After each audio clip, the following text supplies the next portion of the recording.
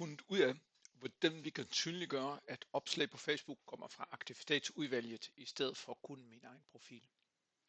Som man kan se her, har jeg oprettet en ny begivenhed, og her står det tydeligt, at det er aktivitetsudvalget, og så selvfølgelig mit navn bagefter. Til forskel fra tidligere, hvor for eksempel det her opslag omkring saunaen, det er jo lavet på min egen private bruger. Og det har den ulempe, at folk ikke nødvendigvis skal se, at de kommer fra aktivitetsudvalget.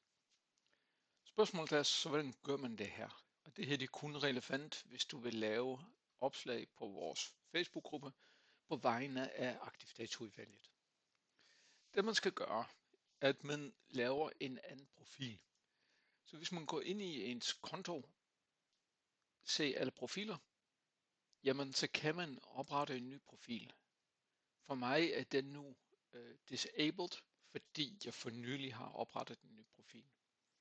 Hvis du går ind her og vælger ny profil, personlig profil, og kalder den aktivitetsudvalg, bindestreg og så dit fornavn, jamen så får du muligheder for at bruge den profil, når du laver opslag. Så hvis du har lavet den, jamen så kan du ganske enkelt skifte fra din personlige profil til aktivitetsudvalget, og så vil det du laver fra nu af være på vegne, altså hvad med den profil, der hedder aktivitetsudvalg. Så hvis du så går ind og opretter et nyt opslag, jamen så vil det fremgå aktivitetsudvalg, bindestreg dit navn, og så kan alle folk sige, at de ikke er bare noget, du gør privat, men det er på vegne af aktivitetsudvalget.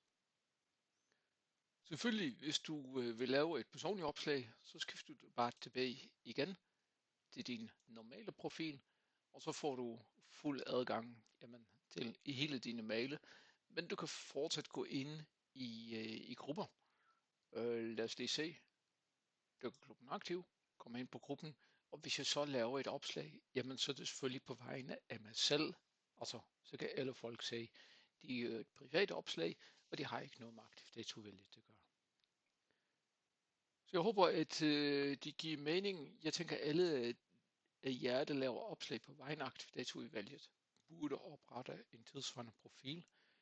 Husk lige, at den profil også skal have adgang til gruppen. Så I bliver nødt til at gå ind på Dykkerklubben Aktiv og anmode at blive deltager af gruppen. Og det er jo Ole Grønlund, der på et tidspunkt som administrator skal gå i Canada. Men det ser ud til at være ganske fornuftigt. Hvis jeg har spørgsmål, må I bare sige det.